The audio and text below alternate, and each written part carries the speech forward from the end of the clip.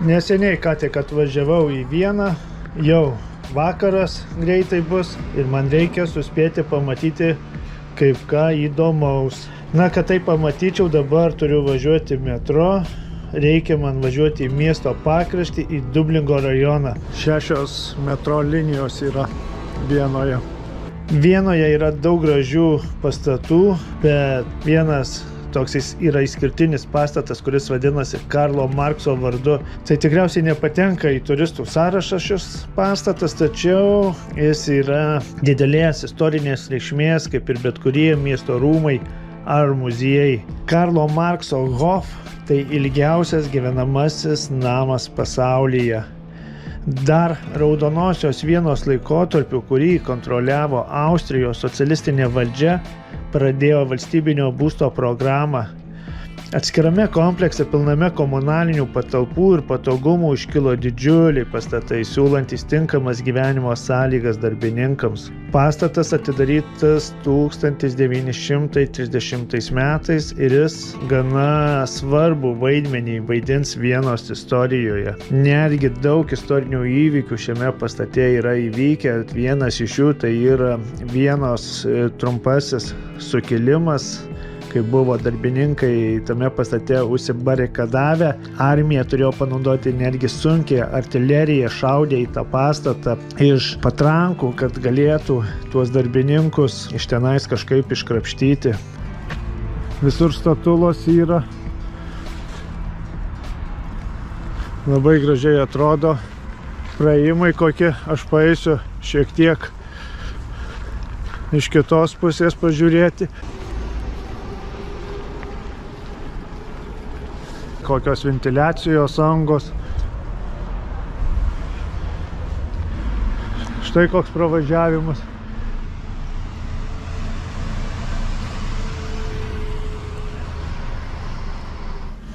Ir va kokie vartai į šį pastatą. Čia yra vidinis kiemas. Tokias jisai sujungtas aplinkui. Šis pastatas. Kokios įdomios durys senovinės ir laiptinė, kokia įdomi įėjimas į laiptinę. Padaryta konteineriai tarp kokio mūro. Na, viskas tvarkingai, labai tvarkingai. Niekas neišmėtyta. Kaip gerai va, gali savo su šuniu išeiti. Šunį va vedžioja.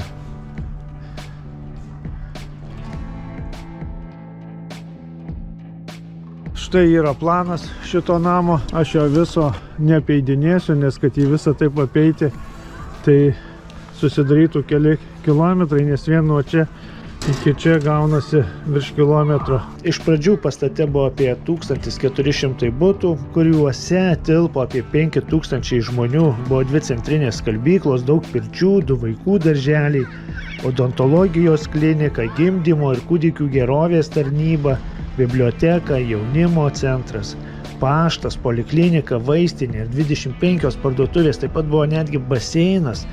Net ir šiandien šis pastatas vis dar laikomas vienu ilgiausių gyvenamųjų pastatų pasaulyje.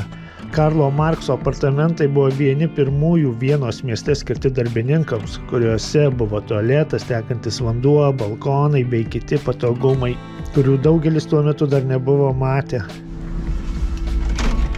Į laiptinę nepavyks užeiti. Laiptinės netgi labai įdomios. Būtų įdomu pasižiūrėti kaip viduje.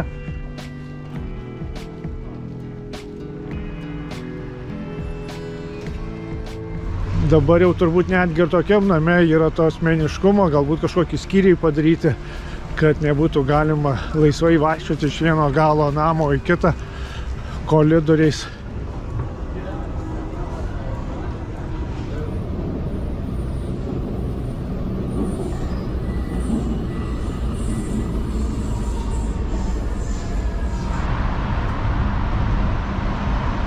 Sekantis rytas Vienoje, įsimiegau aš hostelyje. Nepatinka man hosteliai, nes nėra privatumo ir plus kažkas tau pastoviai trukdo įsimiegoti, trukdo pailsėti. Buvau labai be nuotaikos iš pačio ryto, bet užtat ryte atsikėlęs pamačiau, kad geri pusryčiai yra siūloma. Nežinau, ar jie man priklausė ar nepriklausė.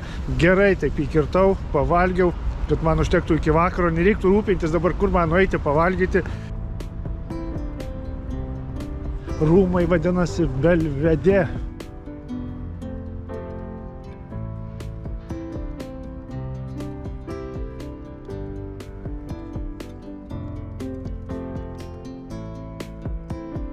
Toks parkas vidinis šių rūmų. Gražios statulos man patiko. Moterys su sparnais.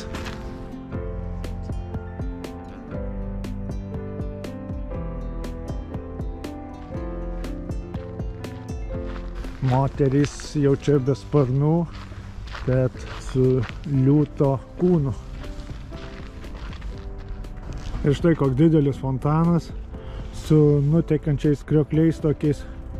Vasarą turėtų būti gražus vaizdas.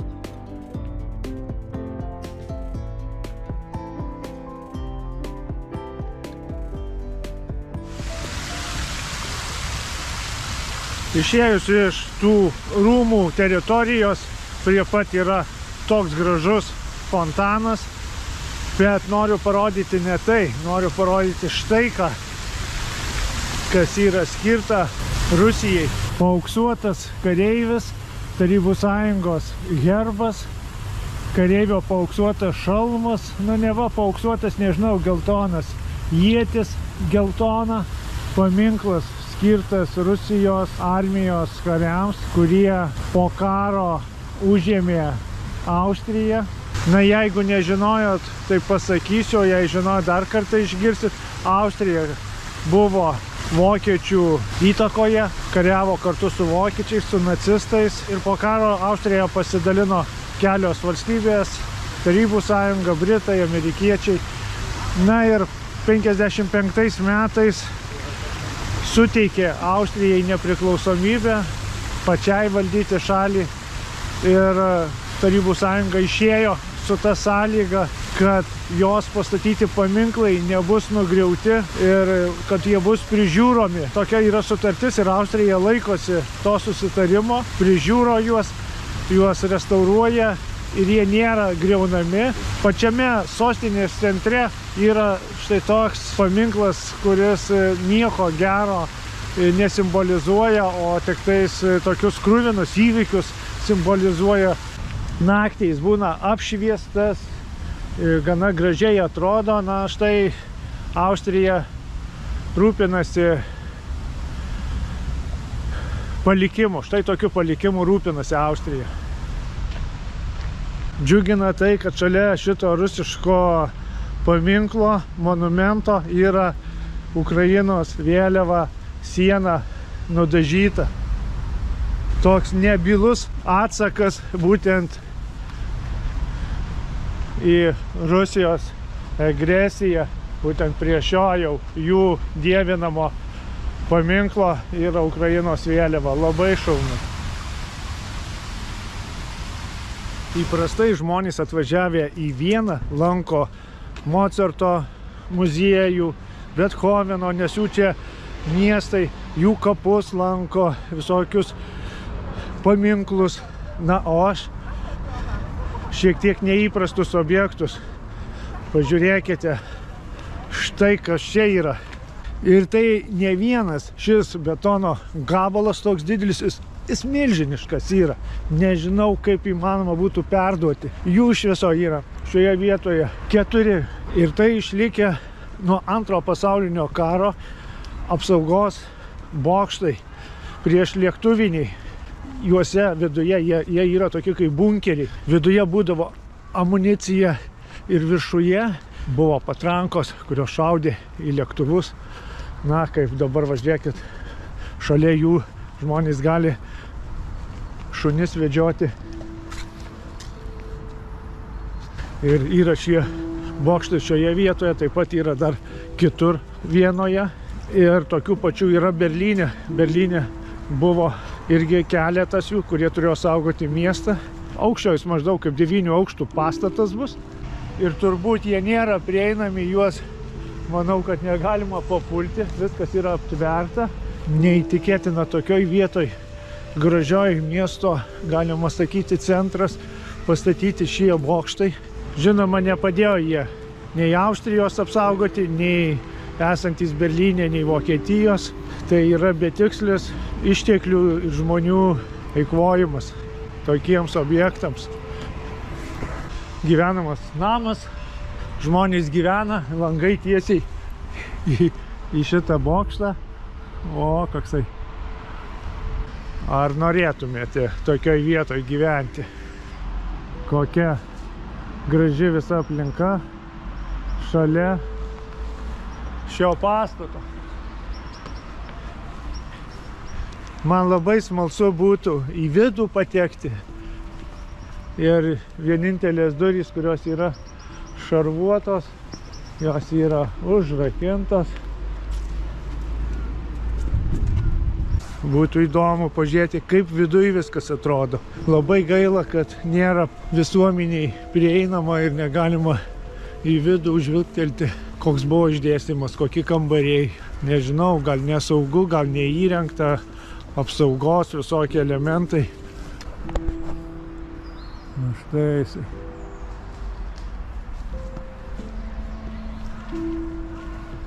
Didelis betono luitas. Nacių režimas labai mėgo statyti tokius grandiozinius pastatus didelius, kur daug betono.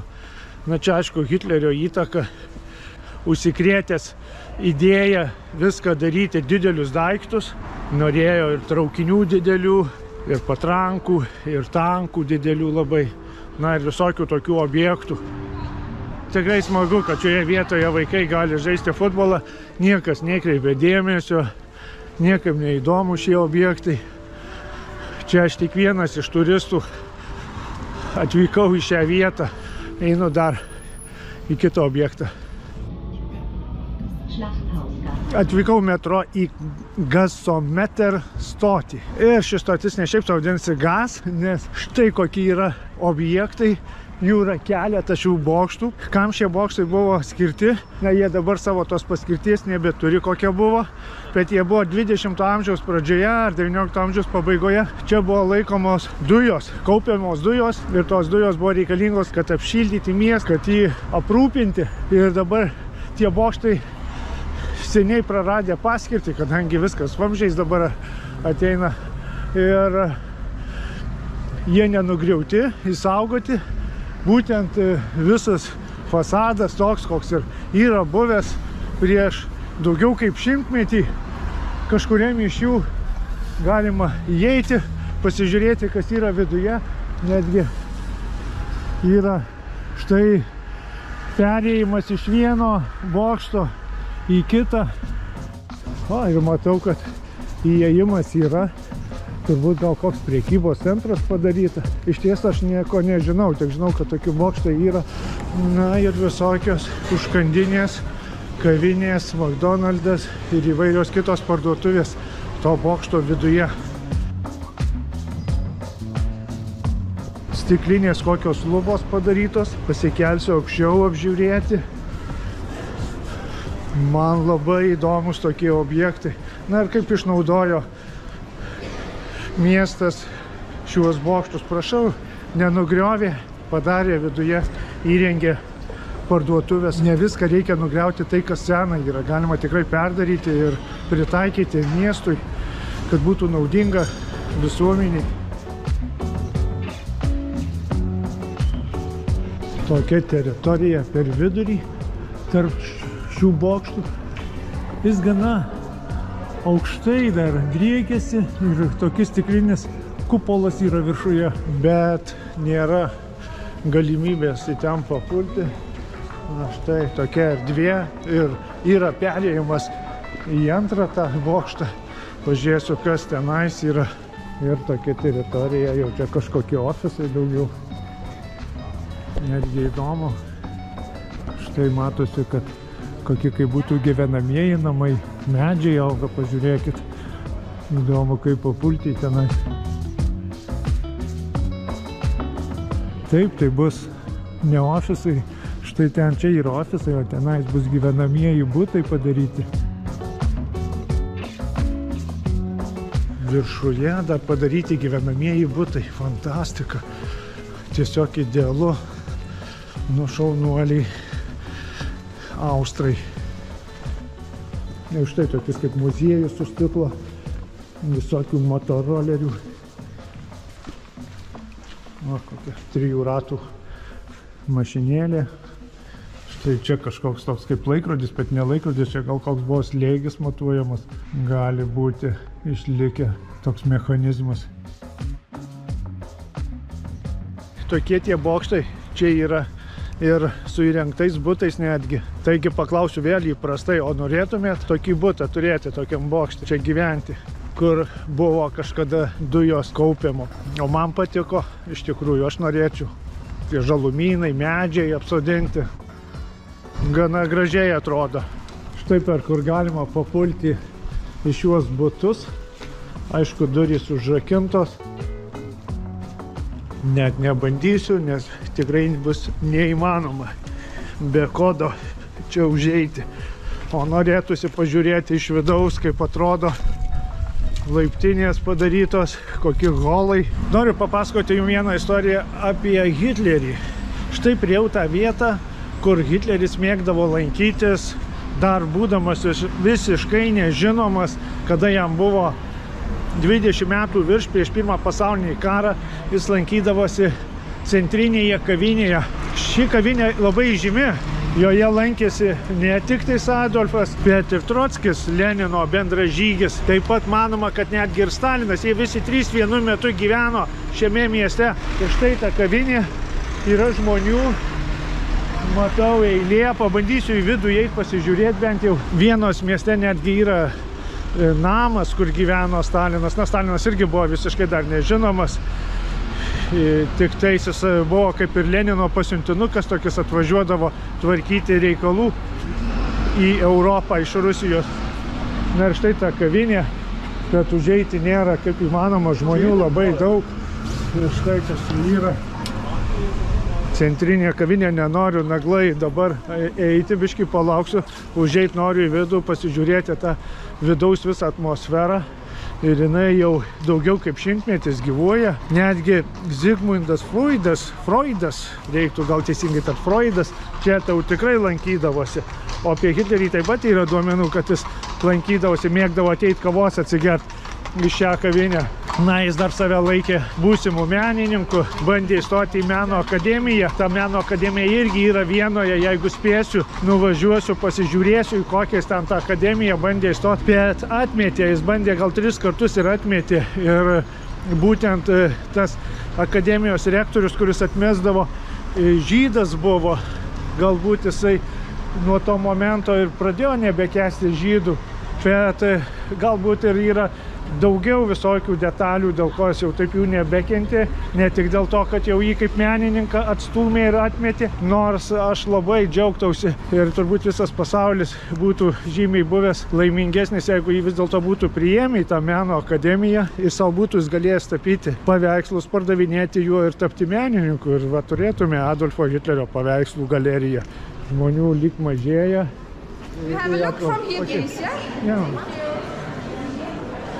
Na štai, užėjau į vidų, vyksta filmavimas, filmuoja. Ir štai tokia, jinai graži labai. Man patinka, laisvų vietų nėra. Ir būtent čia vat lankydavosi.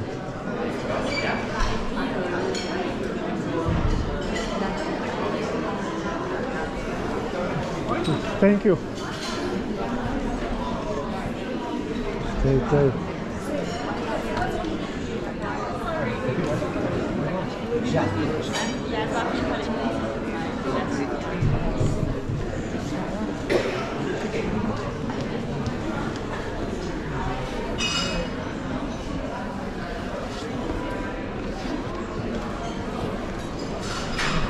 Pagalvojau, kad nebelauksiu eilės, paprašiau, kad aš noriu tik pasižiūrėti, tai leido mielaširdingai su šypsena.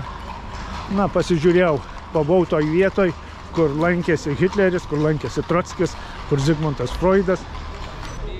Ir visai šalia centro kavinės yra štai tokie pastatai. Tai yra Sisi muziejus. Aš dar nepasiskaičiau, kam šis pastatas buvo skirtas. Anksčiau, kada dar nebuvo muziejus, turbūt buvo kokių Habsburgų valdytojų Austrijos rūmai.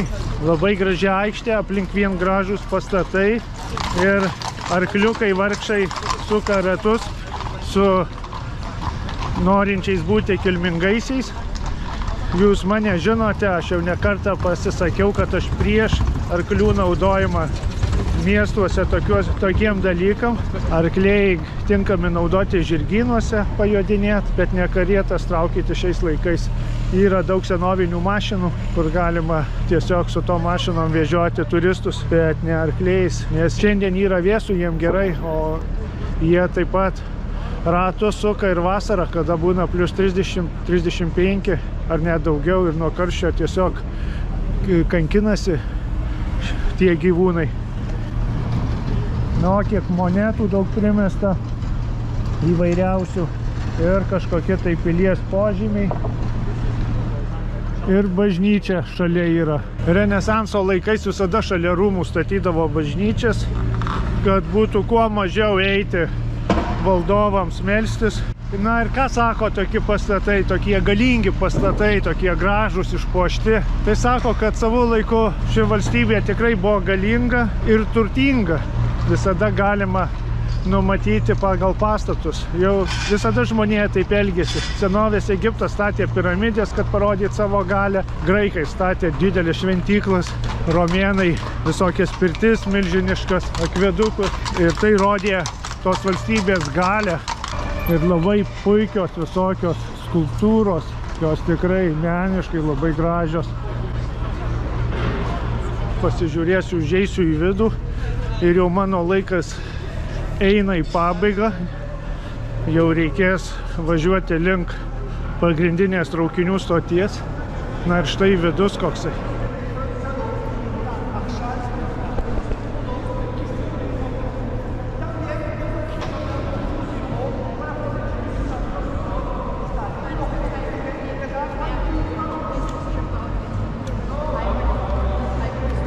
Šie valdovai norėjo parodyti didybę šio miesto, šios šalies, Austrijos, Vengrijos imperija. Vadinamieji imperatoriai valdė. Pagrindinis monumentas. Ir štai ten auksinė karūna. Aišku, ne auksinė, galbūt tik tais geltona, o gal ir padengtas plonas sluoksnis aukso pačiam paviršiui. Aš tik spėju, nes mes įpratę sakyti, jei kažkas geltona, tai liktais būtų auksas. Sisi rūmai. Sisi tai imperatoriaus žmona buvusi. Čia ir užbaigsiu šio miesto apžvalgą.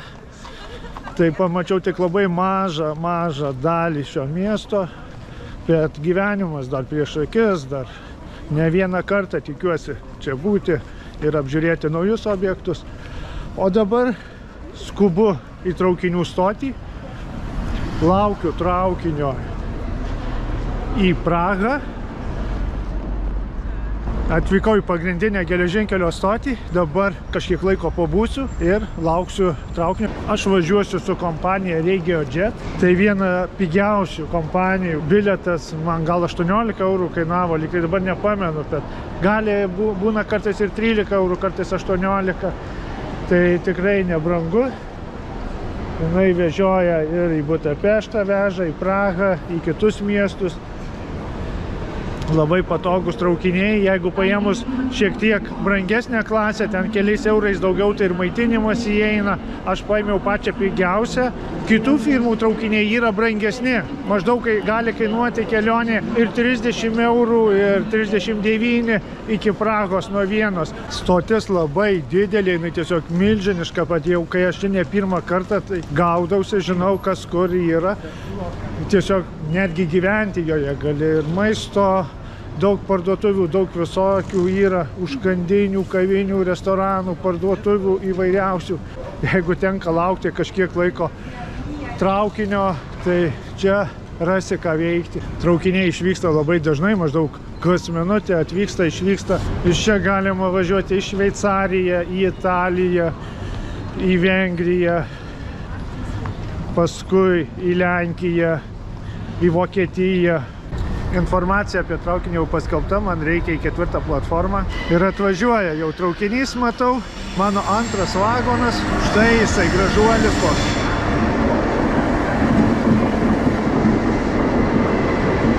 Toks geras jausmas per vidų, net perėjo, suvirpėjo vidus, kai traukinys pralėkė pro mane.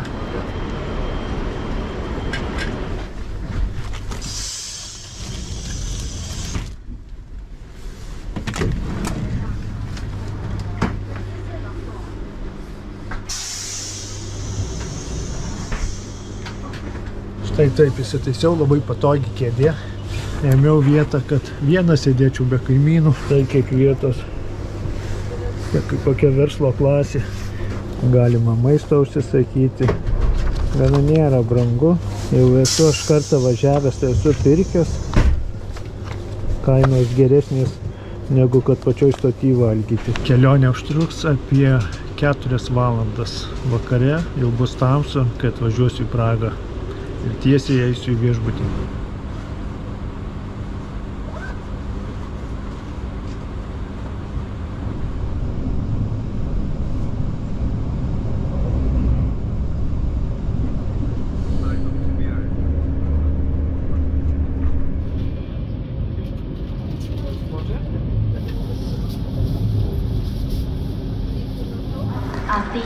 nad Sázavou je zavedena náhradní doprava. Na štai aš ir Prahoje ir pasimatysime mes jau kitame video. Likite sveiki.